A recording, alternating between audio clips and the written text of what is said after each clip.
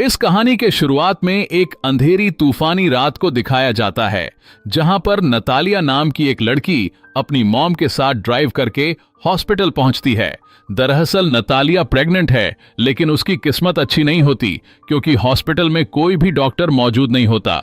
वहां पर सिर्फ एक नर्स ही होती है और नतालिया की डिलीवरी अब किसी भी वक्त हो सकती है।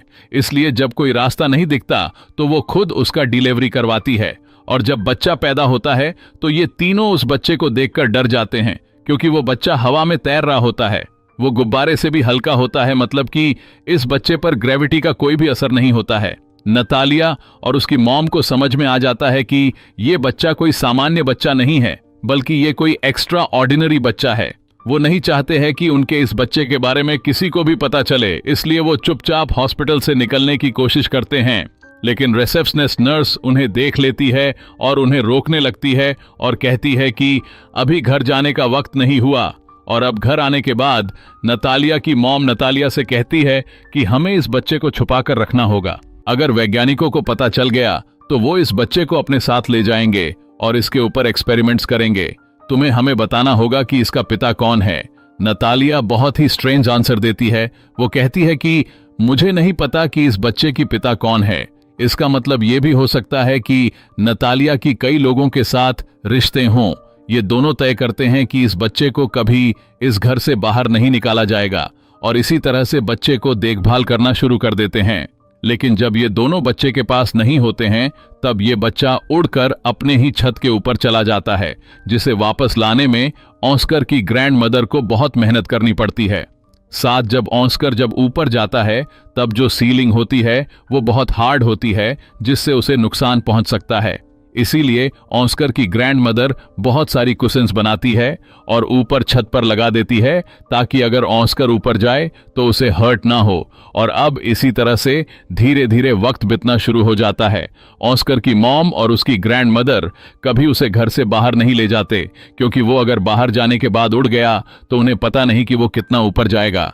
ऑस्कर जब किसी बच्चे को स्कूल जाते और खेलते हुए देखता था तो मन करता था कि वो भी उनके साथ खेले और स्कूल जाए, लेकिन बाहर जाने की इजाजत नहीं थी। ऑस्कर की ग्रैंड मदर ही उसे घर पर पढ़ाती है, जो ऑस्कर से बहुत प्यार भी करती है।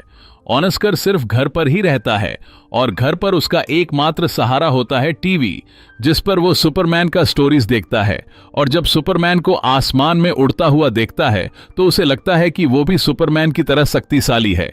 एक दिन वो अपने मॉम से कहता है कि आप मुझे बाहर जाने क्यों नहीं देते, लेकिन उसकी मॉम उसकी बात का कोई भी जवाब नहीं देती।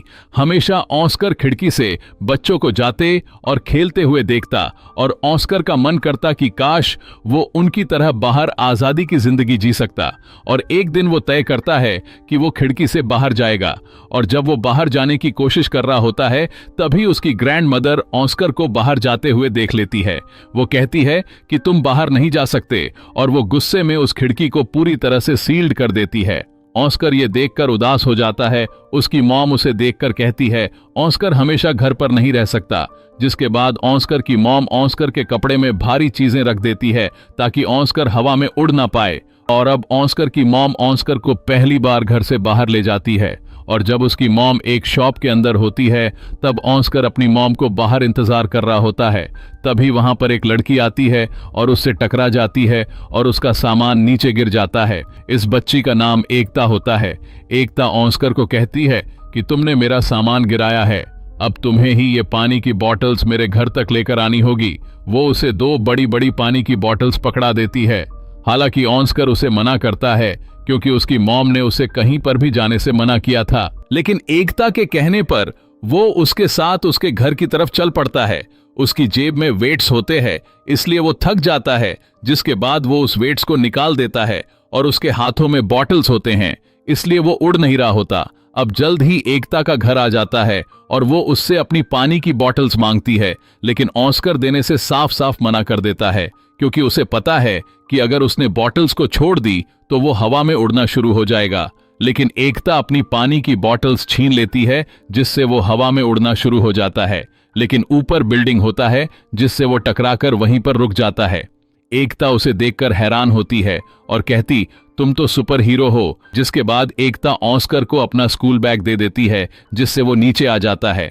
यहाँ पर ऑस्कर और एकता की बहुत अच्छी दोस्ती हो जाती है। ऑस्कर एकता से कहता है कि तुम वादा करो कि इस राज को कभी किसी से नहीं बताओगी। वो कहती है कि मैं वादा करती हूँ। वहीं पर ऑस्कर की मॉम को दिखाया जाता है, जो ऑस्कर के लिए बहुत परेशान होती है, क्योंकि उन्हें वो वेट्स मिले थे जिस वेट्स को ऑस्कर ने निकाल कर फेंका था। इन दोनों को लगने लगता है कि ऑस्कर हवा में उड़ गया, और तभी ऑस्कर अपने दोस्त एकता के बैग के साथ घर आ जाता है। उसकी मॉम कहती है कि ये बैग किसका है। ऑस्कर कहता है कि मेरी एक लड़की से दोस्ती हुई है जिसका नाम एकता है। ऑस्कर की मॉम उससे पूछती है कि क्या तुमने उसे अपने राज के बारे में बताया। वो कहता है कि नहीं, दरअसल वो अपनी मॉम से झूठ बोल देता है। और धीरे धीरे ऑस्कर और एकता की दोस्ती और भी गहरी हो जाती है। एकता हमेशा ऑस्कर के घर पर आती है जहां पर ये दोनों खेलते हैं, लेकिन एक दिन खेल ही खेल में एकता ऑस्कर से उसकी उड़ने के बारे में पूछ रही होती है। तभी ऑस्कर की मॉम सुन लेती है और उसे पता चल जाता है कि ऑस्कर ने अपनी राज को एकता को बताया है। वो एकता को घर से जाने के लिए कहती है, और अगले दिन एकता दोबारा ऑस्कर से मिलने आती है तो वो कह देती है कि ऑस्कर घर पर नहीं है। इसके बाद कई बार एकता ऑस्कर से मिलने उसके घर पर जाती है, लेकिन ऑस्कर की मॉम कभी भी एकता को ऑस्कर से मिलने नहीं देती। और अब जो आसपास के लोग होते हैं उन्हें शक होना शुरू हो जाता है। उन्हें लगता है कि ऑस्कर की मॉम और उसकी ग्रैंड मदर ने ऑस्कर को घर में कैद किया है, इसीलिए ना वो अपने बच्चे को स्कूल भेजते हैं और ना ही घर से बाहर खेलने के लिए आने देते हैं। अब इनके आसपास के लोग पुलिस को कंप्लेन कर देते हैं। पुलिस वाले इनके घर पर आते हैं और ऑस्कर से पूछताछ करते हैं। ऑस्कर कहता है कि मेरी मॉम और मेरी ग्रैंड मदर मुझसे बहुत प्यार करते हैं, लेकिन जाने से पहले पुलिस इन्हें वार्निंग देता है कि तुम्हारा बेटा कल से स्कूल नहीं गया तो मैं दोबारा वापस आऊंगा और तुम्हें अरेस्ट कर लूंगा। इसीलिए ऑस्कर की मॉम को उसे स्कूल लेकर जाना पड़ता है। पर जब स्कूल के कॉरिडोर में जाते हैं तब उसकी मॉम देखती है कि सभी बच्चों की बैग टंगे हुए हैं, जिसका मतलब ये है कि ऑस्कर भी हमेशा बैग के साथ नहीं रह सकता, और अगर उसने अपना बैग और अपने जेब से वेट्स को निकाल दिए तो हवा में उड़ना शुरू हो जाएगा। उसे यकीन हो जाता है कि ऑस्कर एक नॉर्मल लाइफ कभी नहीं जी सकता, इसलिए नतालिया ऑस्कर को वापस ले आती है। नतालिया की मॉम उससे कहती कि हमारा बच्चा कभी भी एक आम बच्चा नहीं बन पाएगा। जो इस बात को सोचकर नतालिया और उसकी मॉम की आंखों में आंसू आ जाते हैं, जिसके बाद अब ये तय करते हैं कि इस शहर को छोड़कर कहीं दूर चले जाएंगे, और ये यहाँ से बहुत दूर एक बर्फीली सुनसान सी जगह पर शिफ्ट हो जाते हैं ताकि ऑस्कर के बारे में कभी किसी को कुछ पता न चले। धीरे धीरे वक्त बीतता है और ऑस्कर अब बड़ा हो चुका है। ऑस्कर की ग्रैंड मदर अब इस दुनिया को छोड़कर जा चुकी हैं। वो सिर्फ अपने मॉम के साथ सुनसान बर्फीली जगह पर रहता है। ऑस्कर की मॉम ऑस्कर की बहुत ध्यान रखती है। ऑस्कर भी अपने मॉम से बहुत प्यार करता है, लेकिन इतने सालों से घर में बंद रहकर वो परेशान और उदास रह चुका है। आज भी उसके पास एकता का वो बैग होता है जो बचपन में एकता ने उसे दिया था। वो आज भी एकता को बहुत मिस करता है और उस बैग को कभी भी अपने से दूर नहीं रखता। हमेशा वो सुपरमैन की कहानियां किताबों में पढ़ता है और उसे लगता है कि दुनिया को किसी भी तरह उसकी राज का पता चल जाए तो हो सकता है कि वो भी सुपरमैन की तरह फेमस हो जाएगा। लेकिन जब भी वो दुनिया को अपने राज के बारे में बताता है तो उसकी मॉम साफ साफ मना कर देती है। उसकी मॉम को लगता है कि अगर दुनिया को इस राज के बारे में पता चल गया तो वो अपने बेटे को खो देंगी। लेकिन एक दिन उसका सब्र का बांध टूट जाता है और अपने मॉम को बताए बिना ही घर से बाहर निकल जाता है। आज भी उसने उस बैग को टांगा होता है जो बचपन में एकता ने उसे दिया था, और वो सीधा एक टैलेंट शो में जाता है जहां पर मैजिकल शो दिखाने के बहाने वो ऑडियंस को बताता है कि मैं हवा में उड़ सकता हूं। उसकी बात पर कोई भी विश्वास नहीं करता और जैसे ही वो अपने बैग को नीचे रखता है हवा में उड़ना शुरू हो जाता है, जो देखकर सबके सब हैरान हो जाते हैं और आज का शो बहुत ही पॉपुलर हो जाता है। ऑस्कर की मॉम भी इस शो को टीवी पर देखती है, जिसे देखकर वो बहुत परेशान हो जाती है। लेकिन ऑस्कर ने अब अपना काम कर दिया है, यानी कि उसकी मॉम अब कुछ भी नहीं कर सकती। अगली सुबह ऑस्कर से मिलने डेविड नाम का एक आदमी आता है जो कि एक ऑर्गेनाइजर है। वो ऑस्कर से कहता है कि हम बहुत सारे बड़े बड़े शोज कर सकते हैं जिससे हम बहुत सारे पैसे कमाएंगे, साथ ही तुम बहुत ज्यादा फेमस हो जाओगे। ऑस्कर हमेशा अपने बचपन से सुपरमैन की तरह फेमस होना चाहता था, इसलिए वो डेविड के साथ कॉन्ट्रैक्ट साइन कर लेता है और अब ये दोनों कई शो के साथ कई एडवर्टाइजमेंट भी करते हैं जिससे ऑस्कर बहुत ज्यादा फेमस फेमस हो जाता है। उसके पास अब पैसों की कोई भी कमी नहीं है और अब ऑस्कर को नाम दिया जाता है the man without gravity. Oscar की टैलेंट दुनिया के सामने आने के बाद चारों तरफ ऑस्कर का ही बात सही होती है, लेकिन धीरे धीरे ऑस्कर इससे बोरिंग और परेशान होने लगता है। दरअसल वो बचपन से सुपरमैन की तरह एक हीरो बनना चाहता था, लेकिन अब वो उस तरह का हीरो नहीं है, बल्कि वो एक जोकर की तरह लोगों को एंटरटेन करता है। वो ऐसी जिंदगी कभी नहीं चाहता था। उसके ऊपर कई सारी डॉक्यूमेंट्री भी बनाई जाती है और उस डॉक्यूमेंट्री में ऑस्कर की मॉम को और उसकी ग्रैंड मदर को बहुत ही नेगेटिव पेश किया जाता है। तो ऑस्कर को बिल्कुल भी पसंद नहीं आता, क्योंकि उसकी ग्रैंड मदर उससे बहुत प्यार करती थी। ऑस्कर की मॉम आज भी ऑस्कर से बहुत प्यार करती है।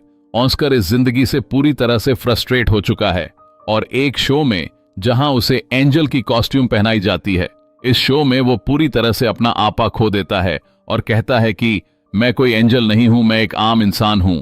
और अब ऑस्कर तय कर लेता है कि वो इस काम को हमेशा के लिए छोड़ देगा।